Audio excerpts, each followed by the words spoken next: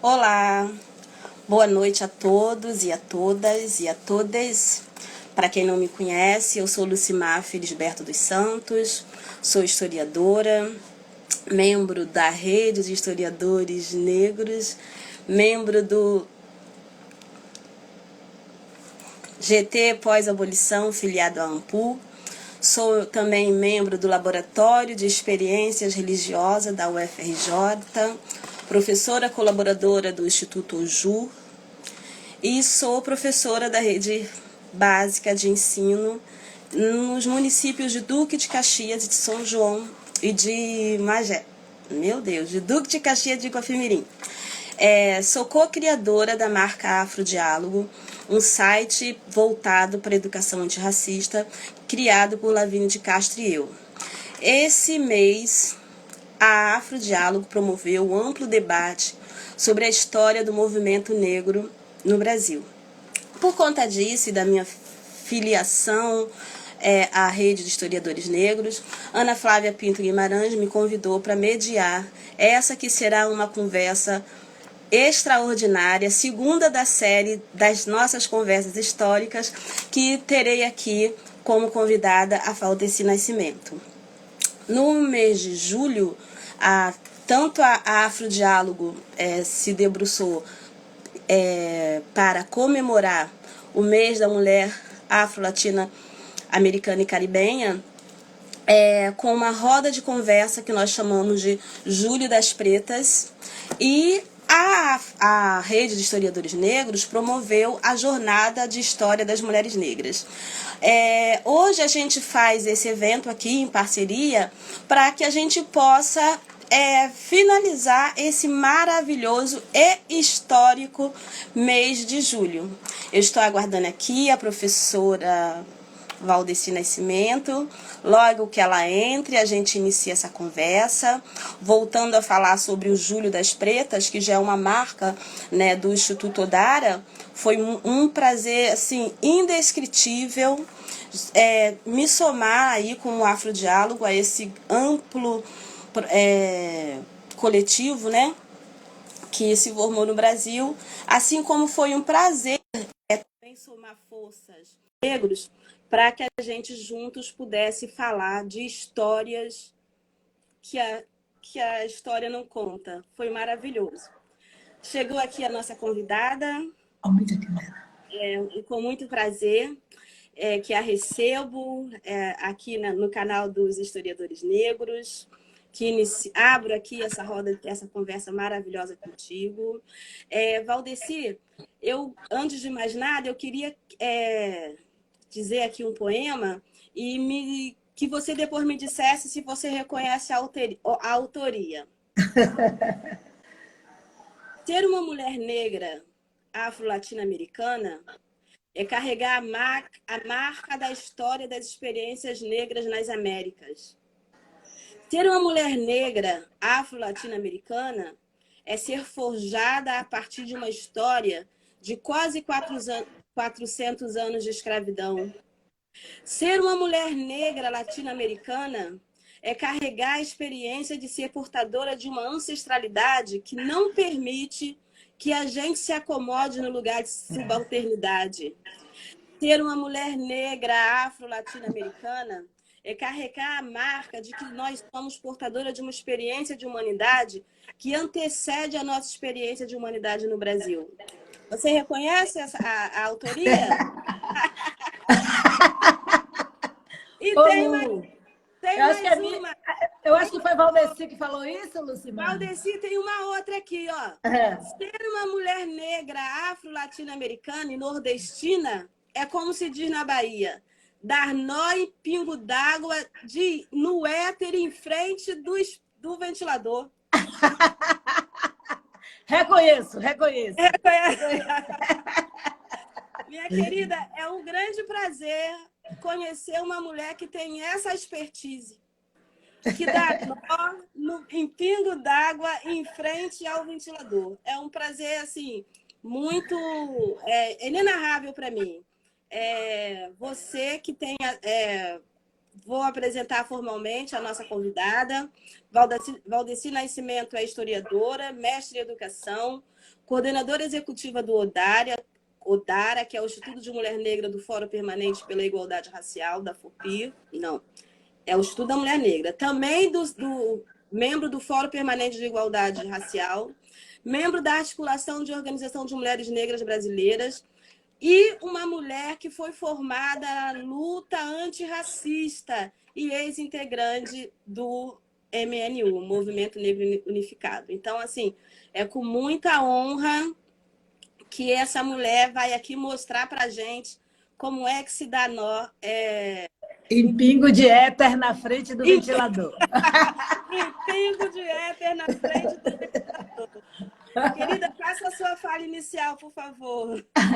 Lu, boa noite. É um prazer imenso compartilhar essa live com você. Quero agradecer a vocês, historiadores, todo o movimento de vocês pelo convite.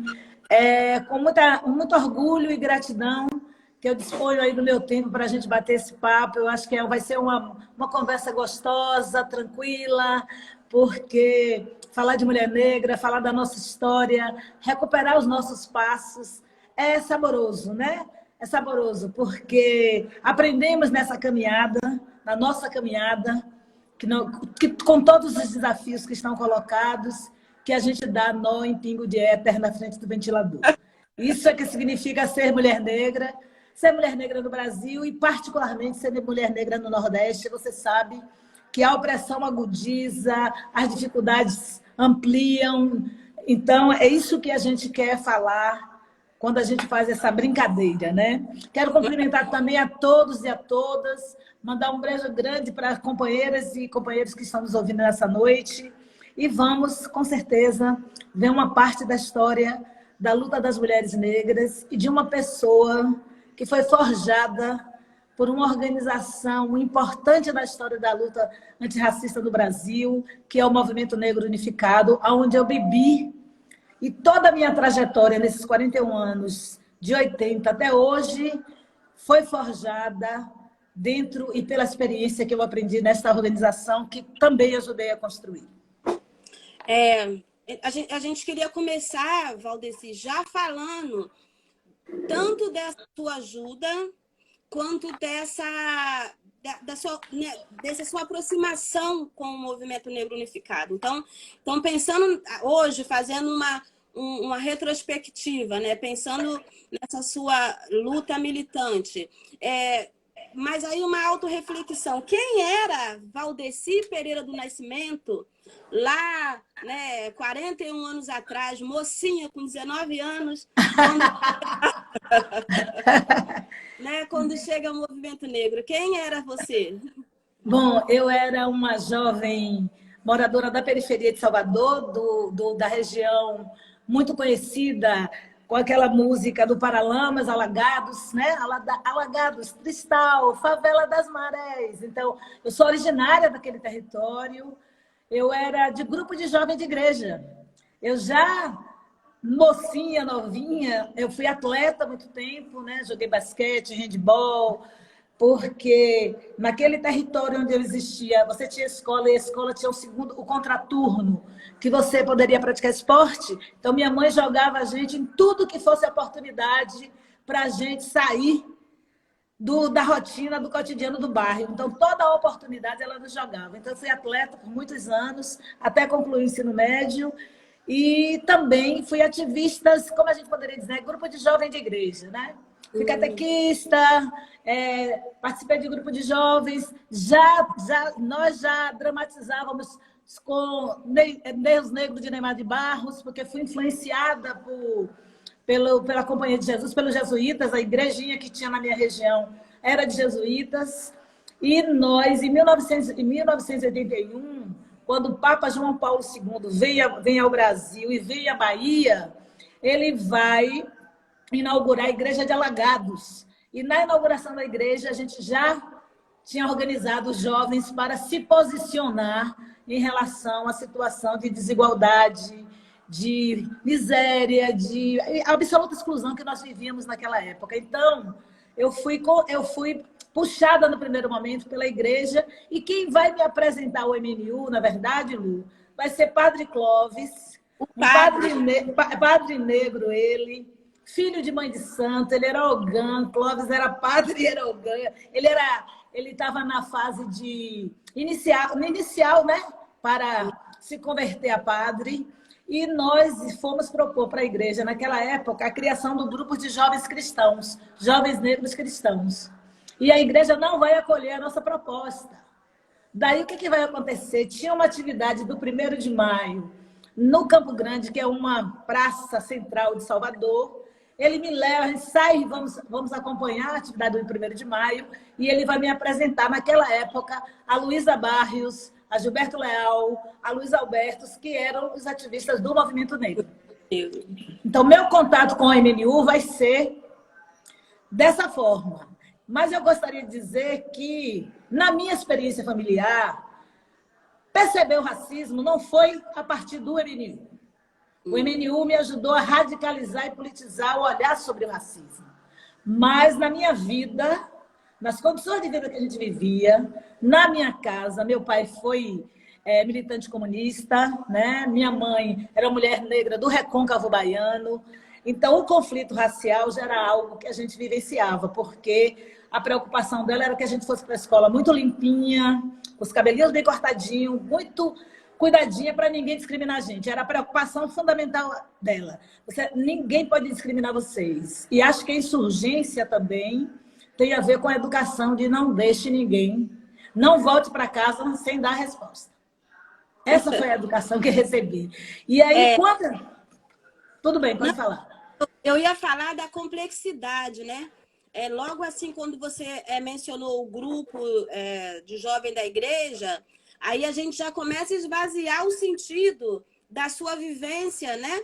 Já com né? E, no entanto, aí você acrescenta dados da sua trajetória e a gente vê o quão complexa que foi essa vivência, ainda que tenha sido pelo um viés religioso, né? Então, muito importante. Porque, na realidade, Lu, o processo, as nossas famílias, mesmo pobres, elas sabem que o racismo está aí. As nossas famílias, mesmo sem altos níveis de educação, elas percebem a exclusão, a desigualdade. Elas podem não ter teorizado sobre, sistematizado e nos empurrado de forma que a gente trouxesse esse discurso. E a igreja, você sabe que em bairro popular pobre, na minha geração, a igreja era o espaço de formação. Era o espaço de... E sociabilidade, né? E sociabilidade, exatamente. Você não tinha. Que lazer você tinha? Exato. Né?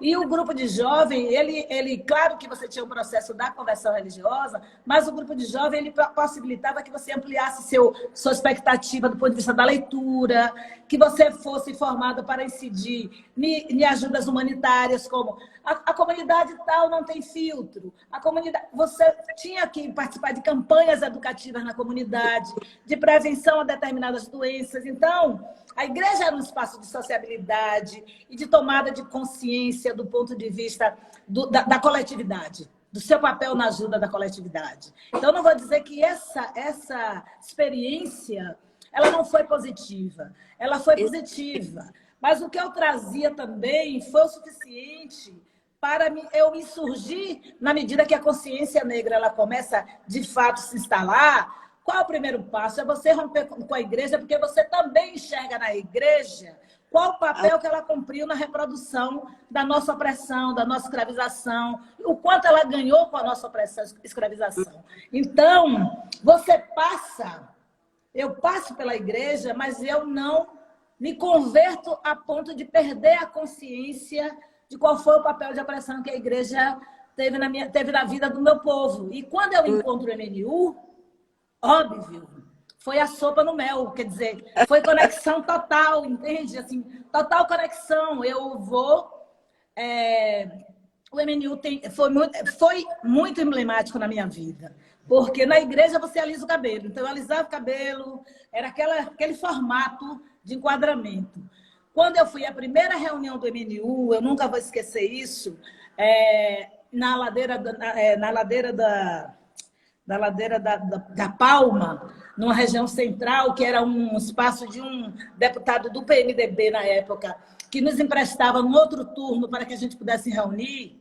Primeira reunião que eu fui, num sábado no MNU, no sábado à noite, eu ia para um casamento com um namorado que eu tinha naquela época. Hoje eu não tenho mais namorado. Há muitos anos eu não tenho mais namorado, né?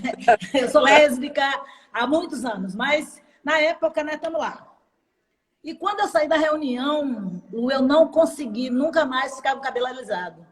Eu saí da reunião do MNU, fui para minha casa, primeira barbearia que eu encontrei, eu disse assim, eu sentei e disse assim, corte meu cabelo. Ele fez assim, você é louca? Você vai cortar o cabelo? Você vai ficar parecendo um moleque macho? Porque aqui, quando as mulheres negras que usavam cabelo curtinho, era chamado de moleque macho. Eu fiz, não tem problema, pode cortar o meu cabelo. E foi aí que eu me encontro, quer dizer, o MNU, ele tem um papel fundamental de eu encontrar comigo mesmo. E eu, numa cidade de praia, quem alisa cabelo não dá mergulho. Quem alisa cabelo não sente a água do mar passar no seu casco, como eu senti no domingo, pós ter cortado o cabelo. Então, essa é a simbologia da revolução que essa organização fez em mim. Então, esse é o amor que eu tenho por essa organização, que me fez ser a pessoa que eu sou. Se eu não tivesse passado pelo MNU, provavelmente eu não seria historiadora, provavelmente eu não seria mestre em educação, provavelmente eu não teria corrido metade do mundo e feito metade das coisas que eu fiz, que essa organização possibilitou quando eu tirei a venda dos olhos e comecei a entender de que forma que o racismo operava e por que a gente precisava se levantar. Assim, a gente pode dizer claramente que foi um processo de formação, né? Ele foi educador mesmo, né? Mesmo, literalmente. Literalmente. Mas aí, pensando a sua formação política e intelectual, como que impactou esse encontro com o MNU? Sobretudo, a gente incluindo aí aquele grupo de mulheres que foi formado, né? Depois disso, com o engajamento da Luísa Barrios, né? Então, deixa eu só te contar. Do ponto de vista, quer dizer, o MNU vai me influenciar em vários aspectos. Um dos aspectos que o MNU vai me influenciar é dizer que nós precisávamos ir para a universidade para a gente contar uma outra história. Por isso, eu sou historiadora. Eu faço história influenciada por esse discurso, que nós precisávamos entrar na universidade para aprender os códigos que tinha a academia e traduzir esses códigos na nossa comunidade. Como a gente aprender, descobrir as nossas histórias e recontá-las para o nosso povo. Então, isso foi um chamado que o MNU me fez. E é por isso que eu vou fazer história. Eu vou disputar história porque eu disse assim, eu quero descobrir, quero contar outra história. Eu quero contar outra história sobre nós. Mesmo que a universidade não tivesse educação das relações étnico-raciais, ou história da África, ou história das relações étnico-raciais e da cultura negra, mas não tinha como você entrar na universidade e não ampliar a sua perspectiva e questionar que história era aquela que estavam te contando. Então, a universidade ela tem esse papel de te provocar, de te incitar. A universidade, na minha época, com tanta professora branca e com os tipos de postura, ela te instigava a reagir, né? Ela te instigava a provocar também. Então, esse é um aspecto que foi muito importante na minha trajetória do MNU. O outro aspecto, e eu nunca quis ser a intelectual, porque eu sou de uma época que ser intelectual não era uma coisa que pegava bem do ponto de vista do próprio movimento negro, né? Então, você passava pela universidade, tirava seu canudo e se mandava de volta para a comunidade, porque era lá que você tinha que construir a luta. Na base. Exatamente. E também o próprio desafio de você fazer a grande disputa que vocês fazem até hoje dentro da universidade, que para nós, naquele momento, não era o território importante. O território importante era a gente construir essa consciência negra da população para que a população chegasse no patamar que chegou hoje, Lu. Porque eu sou de um tempo de militância que eu dormia com o telefone fixo na cabeceira da minha cama. Qualquer caso de racismo que acontecesse na minha cidade ou de violência contra a mulher, as pessoas ligavam para a minha casa. Hoje, minha filha, tem um caso de racismo, quando eu acordo já tem um movimento nacional. Eu nem sou consultada. Então, isso é resultado do crescimento, de um investimento de um tempo histórico na luta. Então, não era a universidade o nosso território importante. O território importante era a gente incidir sobre as nossas comunidades. E nesse processo, Lu, eu vou ter contato com Lélia Gonzalez, é óbvio. Lélia Gonzalez já fazia um conjunto de debates sobre a questão das relações de gênero no âmbito do movimento negro. E as relações cotidianas no movimento negro, entre homens e mulheres, eram relações de dominação e opressão, subalternidade. Então, os meninos falavam e as meninas cuidavam do espaço. Os meninos falavam e as meninas eram quem arrumava a feijoada que ia arrecadar dinheiro. Então, ou então os meninos namoravam com todas as meninas que chegavam no movimento. Então, quando eu chego no movimento, Luísa Barrios, Ana Célia da Silva, Amparo, Tereza Alfaia e um conjunto de outras mulheres que resistiram a essa lógica que estava colocada, começaram a prevenir as que iam chegando. Chamar a nossa atenção de como é que estava estruturadas as relações naquele lugar. Porque eles comiam as mulheres negras para votar nos interesses deles. Você sabe como é que é? Não sei se você sabe, mas a cultura... Não, eu sei como é que é. Pode estar... A cultura política partidária era um pouco essa. Então, o que vai acontecer? Em 1981, a gente se rebela por dentro do MNU e começa a fazer reuniões antes da reunião grande para a gente se preparar. Então, você tinha uma mulher que ia fazer a coordenação da reunião, porque antes todo mundo só secretariava, nós só secretariávamos a reunião. Então, o que você vai fazer? Você vai ter a turma que vai secretariar, mas você vai ter a turma que vai dizer assim, hoje a gente coordena. Então, não tenha dificuldade não, acho que eu estou ali dando suporte.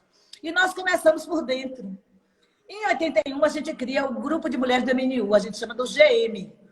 Quem éramos a gente? Era eu, Luísa Barrios, mesmo você tendo Ana Célia e outras mulheres dentro do MNU, essas pessoas não foram para o grupo de mulheres. Quem forjou o grupo de mulheres do MNU foi eu, Luísa Barrios, Tereza, Abigail Alcântara. Então, nós tivemos um grupo de mulheres que estavam no MNU, também insatisfeitas com as relações, e começamos a forjar esse grupo de mulheres que vai disputar, a partir daquele momento, coordenação municipal, coordenação estadual, coordenação nacional. Aí a gente entra na organização para reorganizar esta organização na perspectiva de relações mais equânimes entre homens e mulheres. E vamos produzir textos, vamos ler a participação das mulheres na Frelimo, na Frente de Libertação de Moçambique. A gente vai estudar. Nós tínhamos um turno que a gente estudava e outro turno que a gente atuava nas reuniões. Nesse contexto que você faz a sua graduação? Não, eu vou fazer minha graduação um pouco mais para frente ainda. Eu vou fazer graduação em 92. Eu entro em MNU em 80, então eu vou fazer minha graduação em 92. O que vai acontecer também ali? Dentro do MNU, a gente vai tensionar e vamos começar a denunciar os companheiros da militância que assediavam as mulheres dentro da organização, que agrediam as suas companheiras. A gente vai fazer por dentro também uma disputa de uma perspectiva de um movimento negro unificado que pudesse estabelecer relações equânimes e uma relação de respeito e de mudança de cultura dessa masculinidade. E aí, minha querida, o pau vai quebrar, porque a gente vai para a guerra com alguns dos nossos companheiros, que vocês devem conhecer muitos, mas eu não vou citar os nomes, porque não cabe mais. E você vai ter apoio, nós vamos ter apoio. 3 homens do MNU naquela época nos apoiaram. E aí eu preciso falar o nome deles. Jonatas Conceição, que foi o ex-companheiro de Luísa Barrios, que faleceu, irmão de Ana Célia. Luiz Alberto, foi deputado federal aí nosso vários anos, sempre foi um aliado das mulheres. E Luiz Orlando, que era cineasta, que trabalhava com cinema. Então, eles colaram E disseram assim, estamos com vocês, né? Se a gente quer reformular essa organização, se a gente quer dar uma outra cara para essa organização, nós estamos com vocês. E o grupo de mulheres do MNU vai começar na Bahia. Nas outras sessões do MNU não tinha grupo de mulheres. E aí, a partir de 90, nós da Bahia vamos propor que o MNU debata em suas sessões a questão das mulheres. E aí a gente vai fazer um encontro em 1991 com Lélia Gonzalez, Jurema Batista, Luísa Barrios, Mônica Oliveira, todas nós, meninas, elas mais velhas e a gente meninas, vamos fazer o primeiro encontro para traçar as estratégias de atuação das mulheres negras no âmbito do MNU e das mulheres negras para fora do MNU. Né? Na relação com o movimento feminista, na relação com os demais movimentos. Mas quando se dá a ruptura, assim, né, que você se afasta do MNU? A ruptura com o MNU vai ser depois do último congresso em Goiânia, já em 1994. Eu saio do MNU em 1994. Entendi. Porque aí, Lu, você vai agregar... Nós vamos ser, no final da no primeiro quartel da década de 90... vai crescer, do ponto de vista dos partidos, principalmente do Partido dos Trabalhadores, um assédio às organizações do movimento negro. E o Movimento Negro Unificado vai ser uma organização que eu não sei se todos os meus companheiros meus fazem essa leitura, mas eu faço essa leitura. Ele vai ser uma das organizações pensada pelo Partido dos Trabalhadores, que deve virar o braço do partido, como é o caso da Negro e o PCdoB, né? Porque não tem a mesma performance. Eles vão buscar transformar o MNU num braço do PT. Parece que hoje é mais ou menos isso. Mas, na nossa época, existia uma resistência profunda do que eles chamavam de tradicionais. Eles chamávamos nós de tradicionais, porque nós não queríamos esse vínculo, essa dependência do MNU a partido político nenhum. Os membros do MNU poderiam se filiar a partido político, fazer sua relação com o partido político, mas o Movimento Negro Unificado, nós éramos radicalmente contra do vínculo do Movimento Negro Unificado com o Partido dos Trabalhadores. Mas eu tenho certeza que vocês que são historiadoras, quando vocês se debruçarem para estudar o que é que acontece com o MNU no primeiro quartel da década de 90, vai ser exatamente uma invasão de militantes petistas dentro das sessões do MNU, para você desestruturar essa organização. E vai surtir efeito. Vai surtir efeito porque, depois do Congresso, nós travamos uma batalha no Congresso Nacional do MNU de 94, que foi profunda, né? Teve disputa de tese, isso já era um perfil de característica de partido sendo introduzido no movimento, e a tese Faça a Coisa Certa, que era o filme de Spike Lee na época, que a gente opta por essa tese, os chamados tradicionalistas, e a gente vai ganhar. Nós vamos ganhar a tese, vamos ganhar o Congresso, mas nesse ano Luísa vai viajar para fazer o doutorado dela fora. Ela vai para Michigan, Luísa vai embora e o MNU entra num processo de fragilização real. Porque aí outros elementos começam a ocorrer e nós resolvemos, eu pelo menos sou uma das, um grupo de nós resolvemos sair do MNU. E aí a gente não vai, a gente sai, rompe com o MNU, e aí um ano depois, eu, Luísa e outras mulheres negras do MNU vai tentar criar o IALODE, Organização de Mulheres Negras, porque também nós já questionávamos a relação de opressão, tanto do feminismo branco quanto do movimento negro sobre as mulheres negras. Isso também já é um movimento que o Brasil já começa a fazer desde 1988, quando a gente constrói o primeiro encontro de mulheres negras, né? 88 em Valença, Rio de Janeiro. Então, esse encontro de 88, ele também vai influenciar profundamente as mulheres que estão em organizações mistas a se projetarem na busca de autonomia, porque nossos espaços nas organizações mistas, mesmo a organização como a MNU, que nós conseguimos ser de coordenação nacional, de coordenação estadual, de coordenação municipal, não nos cabia mais. Né? Sabe quando chegou no limite, bateu no teto? Aí quando bateu no teto, a gente rompe né? Depois desse último congresso que eu participei, e nós vamos aí para a rua fazer movimento de mulheres negras. Mas aí, Valdeci, você está falando que essa conexão, essa articulação a nível nacional já estava se dando, né? Já estava se dando. E a gente pautou muito esse mês para pensar como o movimento negro unificado como um dos movimentos negros, né? Então, eu queria que você falasse um pouquinho como se deu o diálogo, né, do movimento negro unificado com os outros movimentos, né, que estavam aí atuando em diferentes lugares do Brasil, e principalmente como vocês conseguiram preservar, mesmo após a sua saída, esse diálogo com o MNU. Bom, o Movimento Negro Unificado, nós éramos muito radicais na época, nós éramos muito radicais. E nós éramos, no meu período, até um dado momento, até 1988, nós éramos a única organização nacional de movimento negro.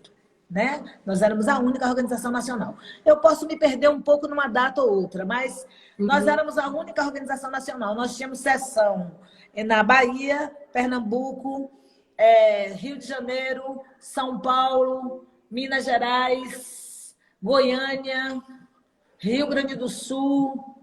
Nós deveríamos ter, em média, 7 ou 8 estados que compunham essa organização nacional chamada MNU. Nós tínhamos uma perspectiva revolucionária que não era de inserção do negro na sociedade brasileira. Nós tínhamos uma perspectiva de um levante negro na sociedade brasileira. Era o inverso. Não era integração na sociedade, mas de um levante. Então, nossos debates, eles ganhavam um grau de radicalismo, mas o MNU, por exemplo, na região Norte e Nordeste, nós dialogávamos com todas as organizações de movimento negro que existiam desde aquela época tranquilamente. O SEDEMPA, o CCN do Maranhão, tinha uma outra organização que eu não recordo o nome, Aracaju. Nós dialogávamos com as organizações negras de movimento negro, mesmo não eram nacionais, mas nós dialogávamos. E nós não tentávamos converter nenhuma organização para virar a seção do MNU. As seções do MNU surgiam a partir da necessidade de cada estado que pensasse em fundar uma seção do MNU. Nós não éramos catequistas, nós não catequizávamos os estados no sentido tem que ter uma organização do MNU. Porque os nossos diálogos na região Norte e Nordeste eram fantásticos. Nós tínhamos uma articulação de negros de Norte e Nordeste que nós chegamos ao 8º, 9º encontro, se não mais. Só que o que é que vai acontecer? Que é isso que eu lhe falo, que as historiadoras precisam pensar, o que é que acontece que sai do Rio de Janeiro 2 ônibus para aportar no encontro sobre negro e educação do Encontro Negro no Nordeste em 1988, que essa presença vai impactar no processo também de desestruturação da nossa articulação do Norte e Nordeste. Então, não se desarticula só o MNU, desarticula-se o MNU e desarticula-se também essa grande articulação de negro no Nordeste. Porque a primeira proposta de implementação da educação das relações raciais, ele surge da região Nordeste a partir do encontro de Negro e Educação em 1988, é mais ou menos isso. Estou até com o Luiz Alberto tentando levantar documento que a gente está querendo escrever as coisas. Então, exatamente... Mas qual é o fator desarticulador? Você acha que essa aproximação dos partidos políticos, esse namoro? Eu acho que a aproximação dos partidos políticos, a necessidade de São Paulo e Rio de Janeiro mandar no Brasil do ponto de vista de quem é que hegemoniza o discurso e o debate, porque as pessoas tentam tratar na superfície o debate regional, mas nós temos problemas do ponto de vista do reconhecimento da luta e dos processos organizativos nacionais. Nós temos histórias de que você constrói processos, constrói. Na hora que tem que viajar, o Nordeste nunca vai. Nós temos histórias reais. Você contribui para a construção do processo, mas você não está legítimo para participar do processo. Tem uma história aí que precisa também ser debatida ou refletida. As pessoas não gostam, se incomodam, mas quem viveu sabe do que está falando, né? temos tensões e conflitos nesse campo. E aí surge os Encontros Nacionais de Negros, os ENEMs, Encontro Nacional de Negros. Esse Encontro Nacional de Negros, parece como se, para ele existir, não precisava mais existir os Encontros de Negros no Nordeste. Você entende? E aparece a CONEM também, que vem para uma disputa para hegemonizar a partir de São Paulo para bater no MNU. Então, você vai percebendo que tem aí uma conjunção de uma perspectiva partidária com uma perspectiva também de definição quem é que vai hegemonizar a luta antirracista do Brasil. A disputa... Né? Quem será o protagonista desse movimento, né? Exatamente, a disputa passa por aí. Quem protagoniza? Quem são os cabeças desse movimento? Quem é a intelectualidade que define os parâmetros da luta antirracista? Não adianta dizer que isso não ocorreu e ocorre. Ocorreu e ocorre. E isso vai ser... Esses são elementos que fragilizam o movimento, um movimento que constrói uma perspectiva de unidade para participar da Constituinte em 88. Todas as vitórias da Constituinte em 88, ela é fruto da capacidade que a gente teve de construir unidade para aprovar o artigo 68 de titulação das terras quilombolas, aprovar a autonomia das mulheres de registrar seus filhos sem a presença do pai. Tem o racismo enquanto crime, tem uma questão de reivindicações que estão postas na Constituição, que ela é resultante de um processo de unidade que a gente conseguiu construir para chegar até lá. Né? Para discutir as terras quilombolas, quem vem ensinar o MNU e debater no âmbito do MNU o que é comunidade quilombola são os companheiros de Belém do Pará e os companheiros do Maranhão, que já tinham uma experiência de diálogo anterior com as comunidades quilombolas. Então, essa possibilidade de diálogos entre a região Norte e Nordeste, ela sempre esteve posta. E não é por acaso, Lu, que a Rede de Mulheres Negras do Nordeste vira esse vulcão que virou hoje no Brasil. Nós recuperamos essa relação em 2013, influenciado pela Marcha das Mulheres Negras, mas também influenciada por uma articulação de incidência política, que é o Adara que vai propor para o movimento de mulheres negras na Bahia, no Nordeste do Brasil. Mas antes, eu quero muito que você explore mais essa questão, querida. Mas você falou sobre a questão política ontem e hoje. Eu queria que você voltasse um pouco para aproveitar o gancho e pensar nisso numa perspectiva transversal. Aquele namoro iniciado naquela época, principalmente pelo PT, né? Mas como você vê hoje esse diálogo que se dá entre o movimento negro e os políticos? Mas pensando de lá para cá, Primeiro a fazer uma correção. Nunca teve namoro, sempre foi estupro. Nunca teve namoro. Porque namoro não se dá desta forma. Você mobilizar jovens negros para entrar do partido, para entrar nos movimentos negros, para solapar o movimento negro, para virar braço de partido. Então, isso não é namoro. Né? Isso é violência, desrespeito. Eu continuo achando, eu acredito numa frase antiga que Sueli Carneiro, professor, né, numa visão que o Sueli Carneiro teve, e que, sem dúvida nenhuma, ela deve ter sofrido, deve ter sido muito retaliada por isso, mas para mim, é a tradução real da relação dos partidos de esquerda conosco, é que entre esquerda e direita nós somos pretos. E a esquerda nunca fez questão de nos tratar de outra forma. Benedita da Silva é uma liderança política porque nós a nomenclaturamos como uma liderança política, mas o Partido dos Trabalhadores não a respeita enquanto uma liderança política. Caó foi uma liderança política, nosso senador do Rio Grande do Sul, esqueci o nome dele agora, Paulo Paim, os nossos parlamentares nacional, eles são lideranças políticas porque nós os legitimamos enquanto liderança política, mas nenhum dos partidos deles os reconhece enquanto tal. Nenhum dos partidos deles botam ele no lugar que eles merecem, a ponto do PT charlar com a cara de Benedita, da forma mais absurda de colocar ela vice de Freixo, vice de Gabeira, de qualquer um que chegar, ela vira vice. Então é bom que a gente faça a reflexão de que forma que essa esquerda branca, racista, sempre nos tratou, e como essa esquerda branca se aproveitou dessa massa negra para expandir as suas bases, mas, no entanto, nós não temos lugar dentro de esquerda nenhuma. Não tem no PSOL, que é novo, mas vem com o mesmo ranço e o mesmo vício. Não tem no PCdoB, é um disfarce. Não tem poder para negro dentro do PCdoB. Não tem PT, não tem PSDB, não tem lugar nenhum. Os nossos negros que estão dentro do partido, vamos falar de algumas velhos militantes negros que a gente conhece de partido. Milton, Flavinho, aí do Rio de Janeiro. O Rio de Janeiro é o lugar que mais elegeu mulheres negras. Jurema Batista. Teve sequências de mulheres negras. Elas foram para onde exatamente? São territórios definidos, são lugares limitados, porque a tarefa deles é não deixar a gente se projetar.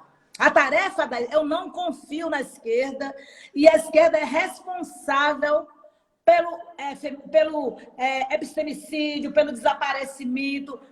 Nós não estamos na história da esquerda. Mas na Bahia, o PCdoB, há 2 anos atrás, resolveu ressuscitar Marighella como preto. Todos nós sempre soubemos que Marighella era negro. Mas ninguém nunca os colocou, nem os reconheceu desse lugar. Mas na hora que quer disputar com a gente, eles arranjam um preto deles de plantão para disputar com a gente. É isso que a esquerda branca faz. E agora, o que elas estão fazendo? Elas agora abriram, porque agora nós somos a nova bucha de canhão para limpar todo esse equívoco que eles produziram na sociedade brasileira, para na próxima geração as branquinhas e os branquinhos aparecerem. Mudou o quê? Qual é a nova proposta da esquerda para o Brasil? Qual é o novo debate que a esquerda brasileira, que o Partido Trabalhador... O governador do estado da Bahia... a gente faz um grande movimento na Bahia para eleger Vilma prefeita de Salvador. O agora é ela, Vilma Reis, que é uma ativista antiga do movimento negro, de mulheres negras. O governador do PT faz o quê na Bahia? Ele decide por uma major porque ela é negra. Mas ele não acolhe um movimento criado na cidade de Salvador, que é a expressão do movimento de mulheres negras, fortíssimo, que trouxe um grande debate, e ele escolhe, vocês querem uma preta? Então, a preta que vai é uma major. Qual é a diferença dele para Bolsonaro, abrindo as portas para a entrada da polícia na política da Bahia, o estado que mais mata jovem negro, o estado que mais violenta a população negra?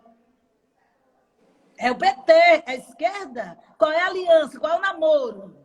Eu tô esperando, porque namoro é um negócio que se apaixona, romantiza. Não tem namoro. Nós sempre uma ameaça para eles. E enquanto formos ameaça para eles, eles estão nos tratando dessa forma. Mas falando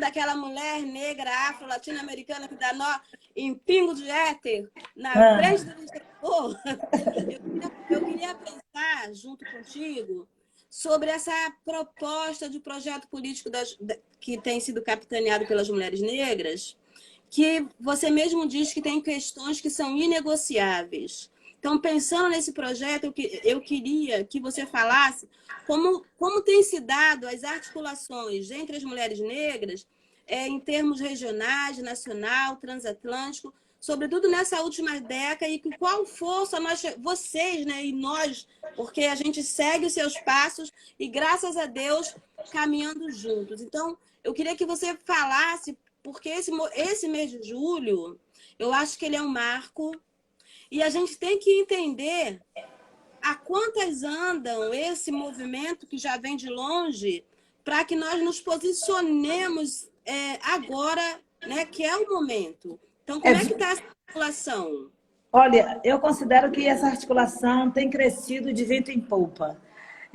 O movimento de mulheres negras sempre teve articulado, né, nacionalmente e também internacionalmente. Sempre teve tensões e conflito, que é natural de qualquer movimento, né? Nós queremos avançar para uma luta de um movimento de mulheres negras emancipatório e libertário, sem subalternidade. emancipatório e libertário. Essa é a base que sustenta a estrutura da Organização das Mulheres Negras no Brasil. Não pode ser outra, né? Não pode ser, não pode, não deve ser outra. A nossa articulação, hoje, a Articulação de Organizações de Mulheres Negras Brasileiras, que foi criada em 2001 com o advento de Durban, né, da Conferência de Durban, que foi protagonizado pelo Gueledés, Crioula, e um conjunto de outras organizações nacionais, Maria, lá do Rio Grande do Sul, um conjunto de organizações, fundamentalmente desse eixo aí, Sul-Sudeste, é quem vai protagonizar esse processo, já fazia os diálogos com a Rede Afro-Latino-Americana Caribenha, porque a Rede Afro-Latino-Americana Caribenha ela é resultado do primeiro encontro de mulheres negras Afro-Latino-Americana Caribenha, que aconteceu na República Dominicana, em Santos Domingo, em 1992, quando nós, mulheres negras, nos levantamos contra a comemoração dos 500 anos da América. Né? Ele surge, o 25 surge dali. Inclusive, eu sou uma das pessoas que estava lá na República Dominicana em 1992. Eu, essa Neuzinha Santos, do Coisa de Mulher aí do Rio de Janeiro, Elzinha, do Belém do Pará, Matilde Ribeiro estava nesse encontro, Silvani Valentim, que é de Belfort Roxo, mas mora em Minas, estava nesse encontro. Então, tinha um grupo significativo de mulheres negras brasileiras nesse encontro em 92, porque a ideia ali era protestar contra a celebração dos 500 anos da América. Mas também associado a isso, naquele momento, debatia-se a Conferência do Cairo de População e Desenvolvimento e a Conferência de Beijing, Conferência Mundial de Mulheres, que aconteceria em Beijing em 1995. Então, 92 vai ser um momento estratégico para as mulheres negras poder pensar para além do Brasil e para além dos seus países numa perspectiva de América Latina, Caribe e a diáspora. Porque quem se encontrou em Santos Domingo foram mulheres da Colômbia, da Jamaica, de Antígua, das ilhas, né, dos Estados Unidos. Tinha mulheres de todos os lugares do mundo. Então, aquele momento vai ser um momento importante. As mulheres do Haiti, que estavam sobre uma situação de guerra interna perversa. Então, nós vamos fazer o quê? A partir dali, nós vamos circular nessas duas grandes conferências, com algumas alianças estabelecidas, as mulheres afro-latino-americanas e caribenhas e da diáspora, porque esse encontro vai possibilitar que a gente participe das reuniões do Cone Sul, das reuniões da Argentina, já articuladas e propondo mesas e debates sobre a situação das mulheres negras nessa região e fazendo o enfrentamento e atenção com as feministas hegemônicas brancas. Porque a gente não queria pensar população desenvolvida. População de desenvolvimento, elas pensavam a partir de uma perspectiva. A gente denunciava a esterilização em massa das mulheres negras. Nós criamos um fórum no Brasil, um fórum nacional contra a esterilização em massa da população negra. E nós já chamávamos de genocídio naquela época. Todo esse debate nos ajudou a retroalimentar uma carta das mulheres negras de Itapecerica da Serra, promovida num debate, numa articulação do Gueledés, do Gueledés na época, que levou 65 mulheres negras do Brasil para discutir população e desenvolvimento com Elza Bercó em Itapecerica da Serra, que era uma demógrafa branca, especialista em população, que nos deu elementos para que a gente pudesse produzir a Carta do Brasil das Mulheres Negras em relação à Conferência do Cairo. Muitas de nós nem fomos ao Cairo, mas nós sabemos que nós produzimos ali um documento histórico que eu tenho na minha casa até hoje, que era para a gente dizer assim, olha, estão matando a população negra. E o Nordeste do Brasil, naquela época, era uma das regiões do Brasil com maior índice de esterilização em massa de mulheres negras e indígenas. Naquela época, nós tinha centros, como nós denunciamos Elcimar Coutinho e tantos outros, tinha centros de esterilização, que ganhava dinheiro do governo. As campanhas eleitorais na nossa região era vote em mim que eu ligo suas trompas. Vote em mim que eu estrangulo suas trompas. Então, diga. Não, desculpa interromper. Eu só ontem, na live que a Ana Flávia teve com a Sueli Carneiro, Aí eu quero te falar, não é por outro motivo que a live de vocês duas, são históricas, não é por outro motivo, mas a Ana chamou a atenção para uma coisa muito importante, é que esse material vai virar registro. Aí você acabou de dizer que tem documentos em casa. A gente vai construir esse registro juntos.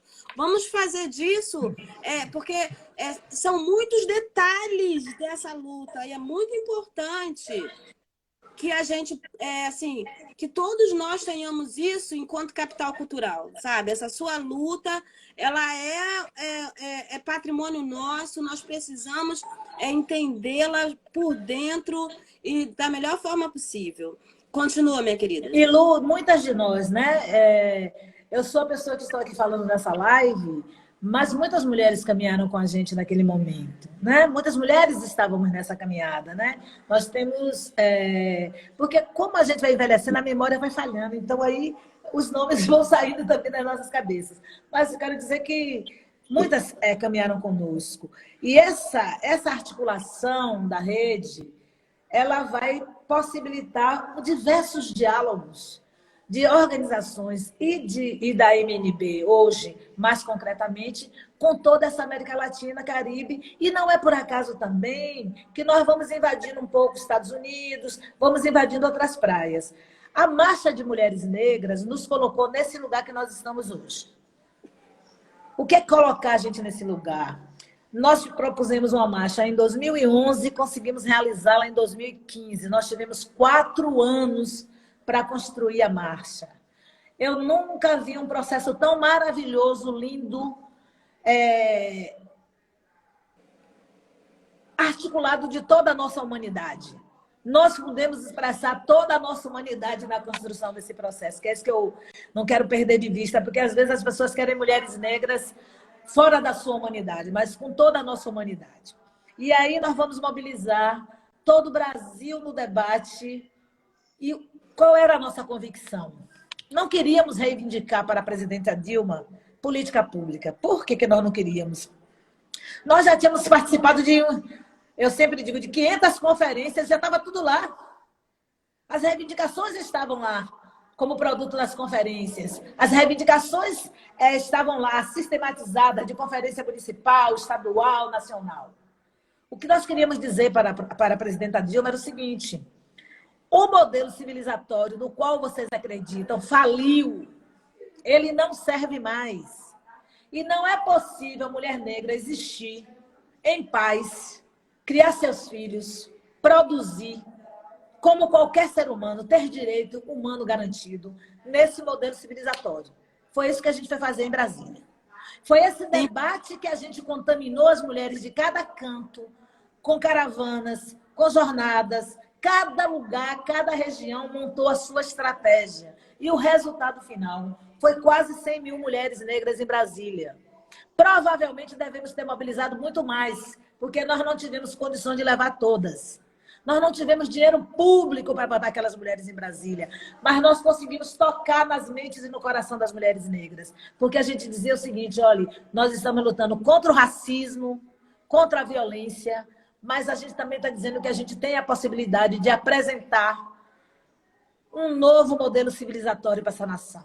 É uma nação rica, que nós merecemos partilhar e compartilhar da riqueza desse país, e nós não queremos mais compartilhar nesse lugar de subalternidade. E essa marcha...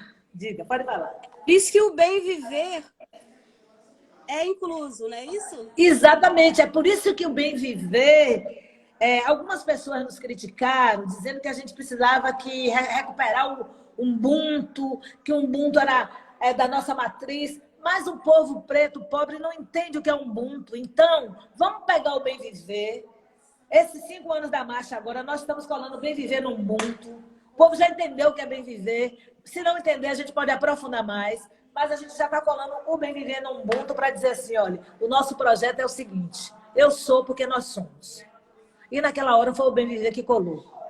E foi esse bem viver que colou, que tocou o coração e as mentes das mulheres. Nós tivemos mulheres maravilhosas, do ponto de vista heróicas, na frente para organizar, para fazer com que essa marcha pudesse acontecer em Brasília, né? Não posso esquecer de Cláudia, do Rio de Janeiro, não posso esquecer de Maria Malcher, de Belém do Pará, de Nayara Leite do Odara, de Regina Dami, de Brasília, do Iroim, de tantas outras. Mas tiveram as que pegaram, né? Na alça do caixão, como diz a turma no popular.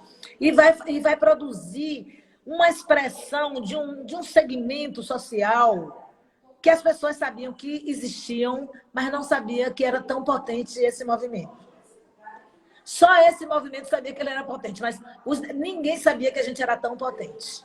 E essa potência, você vai perceber hoje. A marcha tem 5 anos, nós estamos em pleno estado de pandemia e nós tivemos 275 atividades do Júlio das Pretas. E o que é o Júlio das Pretas, Lu? O Júlio das Pretas é uma estratégia de incidência política para não deixar os brancos esvaziar o 25 de julho. Porque o 25 de julho virou momento de vamos condecorar, vamos dar um prêmio à minha pretinha, vamos dar sabe? Começaram a esvaziar o 25 de sentido. E nós, mulheres negras do Odara, sentadas, resolvemos convidar umas 4 ou 5 organizações, Instituto Búzios, Odearte, o MOC de Feira de Santana, as mulheres do subúrbio, vamos sentar aqui, vamos fazer um negócio de julho? Deixa eu te interromper de novo.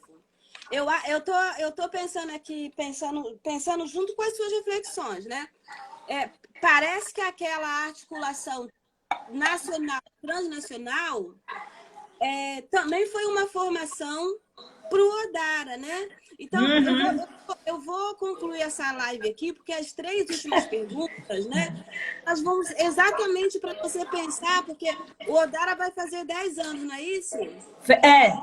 10 anos de existência, 1 década de formação do Instituto Odara. E, além disso, você tem outros projetos que são importantes enquanto formação do povo negro, como o Acordo da Bahia, a Conferência de Durban e a década do afrodescendente, que nós estamos agora no meio disso. Então, eu vou concluir essa live para a gente voltar para esse contexto nacional que o Odara e você e todos os colaboradores são protagonistas. Podemos fazer isso? Aí a gente vem, né, bem num ponto... Gente, voltem que a gente vai chegar agora no Instituto Odara. Deixa eu buscar água aqui.